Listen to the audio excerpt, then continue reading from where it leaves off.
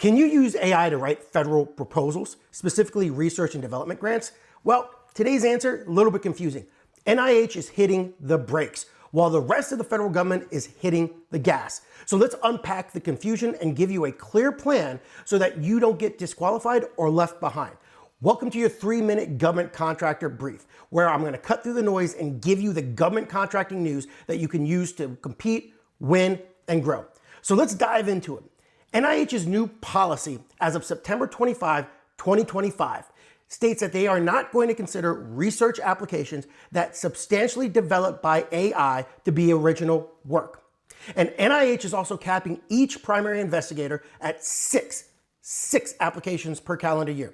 What does this actually mean? Well, heavy AI drafting on NIH grants are non-starters, and spray and pray submitting is completely out. And to give you an example of why this is so important, only about 2 years ago, the average submission by a primary investigator per year were 6 submissions.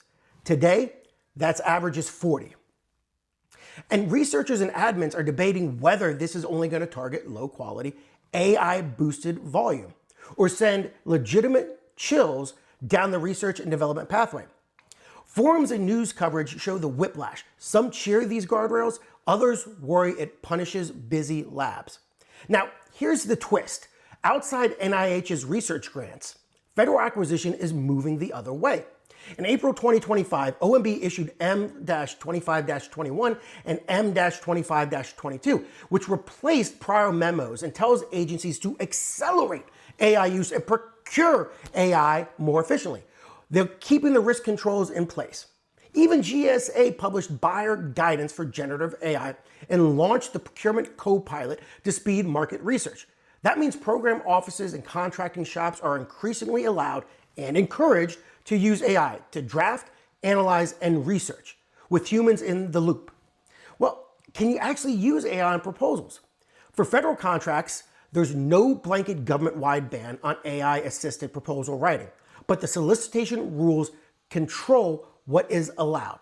If the RFP requires original signed attestations or restricts automated content, follow it to the letter. And remember, if agencies themselves use AI to research markets or triage evaluations, well, decisions that materially affect a company will still require human oversight and documentation. And there's a quick nuance for research shops. NSF guidance tells reviewers not to paste proposal content into non-approved generative AI tools and encourages proposers to disclose any AI assist. That's very different from NIH's no substantially AI developed content line.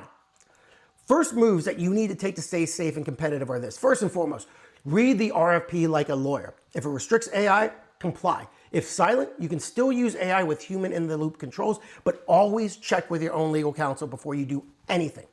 Use enterprise AI, not public chat boxes. Disable training on your data. Protect CUI and procurement sensitive information. Log your AI use. Keep a short AI use memo per proposal. What tool, for what task, who verified, and how you validated facts and citations. Own the outputs. Humans should draft key solutioning, confirm math, scrub hallucinations, and verify all citations. And you need to consider a one-line disclosure, if appropriate. So you can think of portions of this proposal were assisted by enterprise AI tools. All content was verified by our subject matter experts. You can only include this if the RFP permits or requests it. Agencies, remember, are going to continue to publish AI playbooks. Buyers will use tools like Procurement Co Pilot for market intel, and source selection teams may pilot AI-assisted analyses. But final judgments must remain accountable. For NIH grants, assume strict limits on AI drafting. For federal contracts, assume AI-enabled workflows with compliance and human review. And here's the bottom line. NIH grants, you gotta avoid AI drafted sections. Federal contracts, AI is fair game if the RFP allows it. Just control the risk.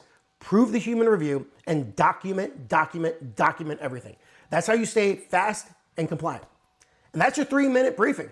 These aren't just headlines, they're action signals. If this video helped you, please hit like, subscribe, and share with your capture team and your colleagues. I'll see you tomorrow.